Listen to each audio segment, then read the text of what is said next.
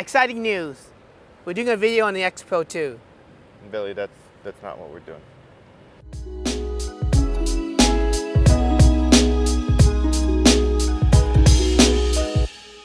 Hey, I'm Billy. And I'm Francis. And we're the Fuji guys. So today, Billy, we're actually going to talk about the brand new X-Pro3. Really? Yeah. Not the X-Pro2? No. I'm out of here. Okay, bye. Yeah, so we're going to take a look at the brand new Fujifilm X-Pro3 camera. We're going to take it around Toronto and take some pictures, do a little bit of street photography, and then we'll check out some brand new features that this camera offers.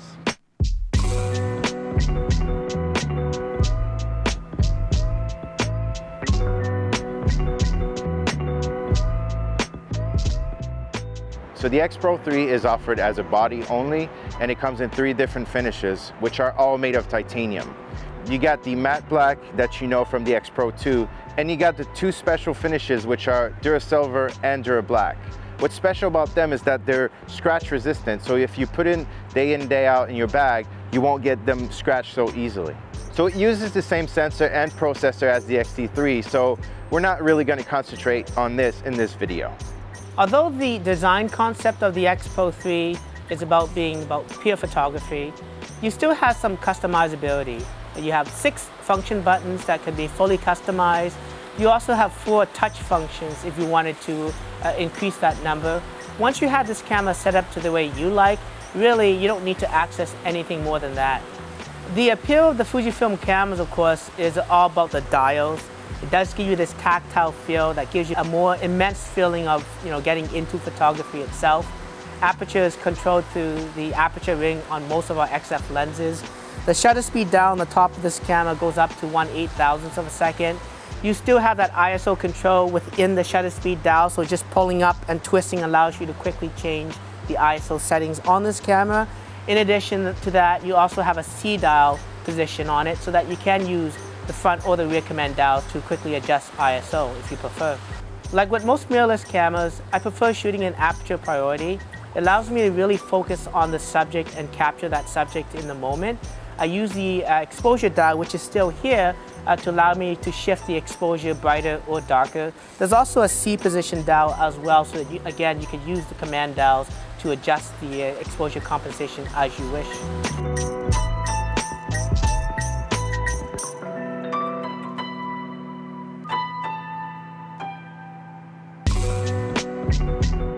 So one change that is very important for me is the fact that the opening for the viewfinder is much bigger, so it's much easier to see inside the viewfinder, and it's a 0.5 times magnification with a 3.69 million dot display, so very high resolution whenever you look through that viewfinder.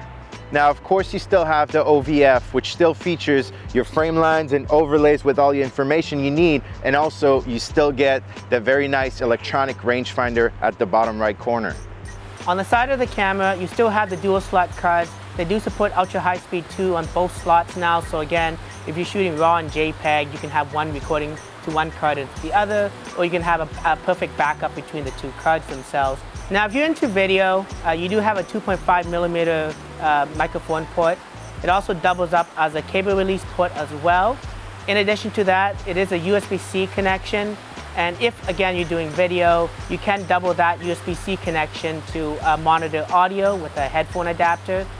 You also have the ability to, of course, quickly transfer images using the built-in Wi-Fi and Bluetooth module, again, found on the majority of the Fujifilm cameras. Now, if you don't like wireless transfer, with most Fujifilm cameras that have USB-C connections, you can buy an OTG cable, connect that to the camera, and then connect your USB cable to your phone, and actually transfer images up to 8 times faster.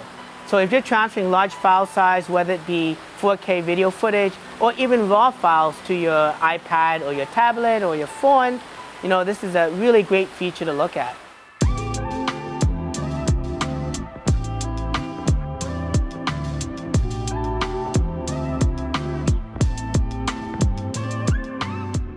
So of course, one thing that's unique with the X-Pro series is the hybrid viewfinder. So the reason it took so long to come out with the X-Pro3 was actually we needed to develop that technology to bring up the quality of that EVF inside the hybrid viewfinder.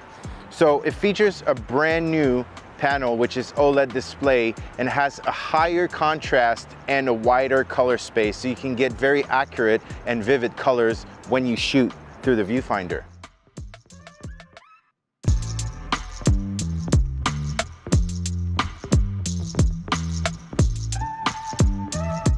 So the concept of the LCD on the X Pro to me is very neat because it's a hidden LCD that rotates and flips down like this. So I really like the idea of the shooting experience where it's very close to film, where you can just go and shoot and you don't have to chimp, but I wouldn't really want it to be gone completely. So I have that choice, and at the same time, it doubles as a waist level finder whenever I need to shoot discreetly in the streets. And on the back of that, you do get that sub monitor, which, to be honest, looks very nice, but it's also very useful because you get a quick glance at the film simulation you have, the ISO you're at, but you can also turn it into a screen just like you would find on the XH1, for example, where you can have all your settings and customize it. So one thing to note is that this back LCD display is a color memory display, so it's not backlit. So that won't take any batteries at all, really. It will stay up whenever the battery is powered down. But one thing to note is that if you're inside and you don't have a lot of light coming to it, it might be a little bit more dimmer, which is not a bad thing because when you shoot, you won't get distracted by the screen in your face.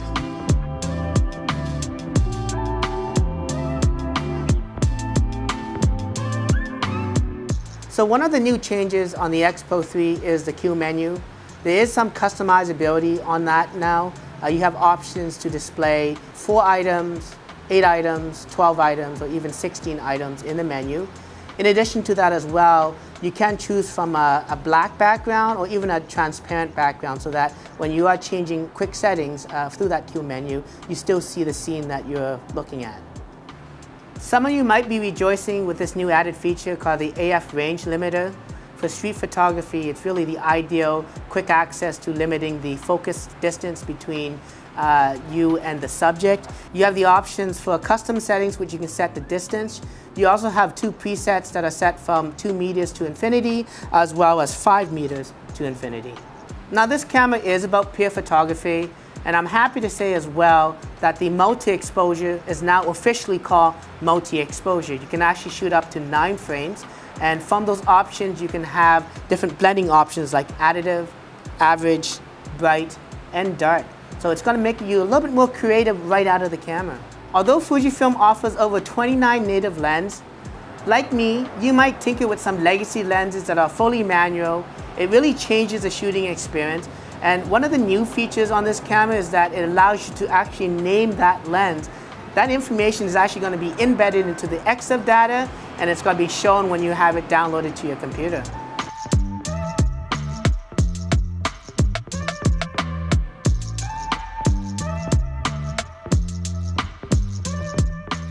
So a new feature that's been added and that will be welcomed by everybody, I'm pretty sure, is the addition of the brand new film simulation called Classic Negative, which is based on Superior 100, and that gives you a very nice nostalgic look to your pictures, and I think it's very well fitting with this camera. Shooting out in the street, the colors are just amazing. As a matter of fact, we're filming with that film simulation right now.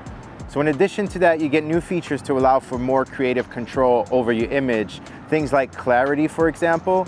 You get a new UI whenever you play with the tone curve. You actually see your curve moving, so that gives you a visual representation of what you will get. And in addition to that, you also get some things like color chrome, effect blue, things like that are very nice to really get creative with your images. And if you're into acros as well, you get a new feature which is called monochromatic color, where you can tint your monochrome image to a different color to create and set a mood. Now, I know this camera wasn't really designed with video in mind. It's not really aimed towards that type of shooter, but if you're like me and you enjoy both taking pictures and videos, I think you can do pretty nice things with it. It features 4K video up to 30 frames per second. You got that brand new film simulation, which we're filming right now with, and you still got F-Log and all the useful features you would need. You still have a mic jack on the side, which is 2.5 millimeter, and you can monitor your audio using the USB-C port. So really, Yeah, it's not aimed at video, but it can do it. And as a matter of fact, the video we made with Patrick Larocque for the X-Pro3, I shot it entirely with this camera. So yeah, it's very capable.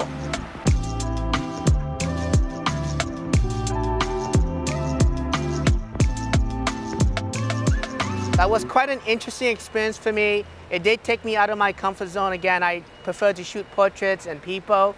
So shooting street photography scenes are a little bit more difficult for me. I think this camera does slow you down, and it's quite an interesting experience. I think everyone should try it. What about you? Well, to me, to be honest, this is the camera I've been waiting for. I always loved the X-Pro line.